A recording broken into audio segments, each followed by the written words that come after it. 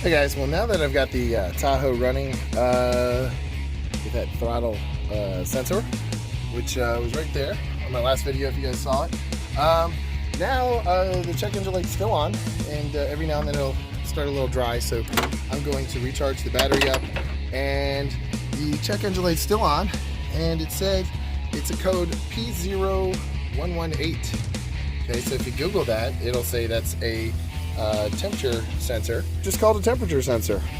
This is the temperature sensor right here for the 1997 Chevy Tahoe. One of those parts companies shows a video draining the coolant out to do this. I don't think you have to. So it says use a 19mm wrench, and I've got an extension on there. And I'm also using a long neck. This is not a 19mm, by the way. I don't have a 19mm, so I'm using a 13/16, and it fits on there just perfect. Okay. So then when you take this off, it comes off pretty easily.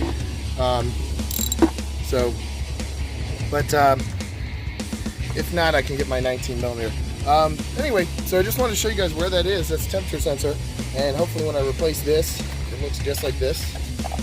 Just a little tiny part there. You want to make sure the threads you don't strip when you put them in. And then you plug it back in, there's a little plug. You want to make sure that the threads go in there good and it doesn't mess anything up. So hopefully that'll get my check engine light off, and we'll see when we get back to you. Okay guys, so this thing came right off. You can see how rusted it is on the inside. The plastic cap part breaks off. You can see how it's really corroded in there too. It is warm, it is hot, but you can see how it breaks off. It's just the way it works, and it's probably stuck in there. No, it's not. But anyway, so I did want to let you know, you don't want to overdo it, but the 13/16 did work. If you can't find a 19mm long wrench like this, I found the wide one a lot better because it was able to, get it in there. So we're gonna put the other one in, and you can see how they look very similar. And you know what? This is such a simple process. I bet you get charged about a half-an-hour labor at a dealership, or they'll tell you it's another problem. And you can see this is the part that didn't break off.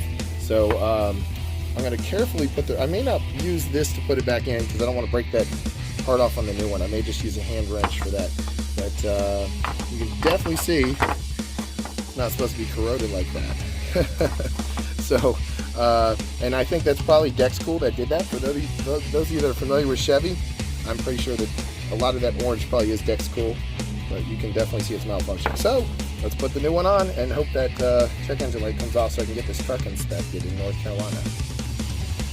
Okay guys, so I got the temperature sensor put in. That's for code P0118 on the 1997 Chevy Tahoe. And as you can see, there's still some of those red lines from where the threads are. So you don't have to thread it all the way in. In fact, you don't want to strip it or force it. So, because this is a common part that needs to be replaced, you may have to replace it again. You don't want to have it too tight, but you don't want it loose either. So anyway, so I got it back in there. Well, when I got this back in, the cable was a little bit rusted on the inside or corroded, the things on there. So I'm pretty sure it's working. I put a little WD-40 in there. I don't know if that's the wisest thing to do with electrical, but I was worried I might have to replace this cable because the check engine light was staying on. So I went back to my reader, and I've got to get this car inspected. So when I went back to my reader, this thing right here, these are great tools to have. It was still reading the same code. So started up the truck, and the check engine light was still on. Now it's not on anymore. So what I did on my code reader, it doesn't work all the time.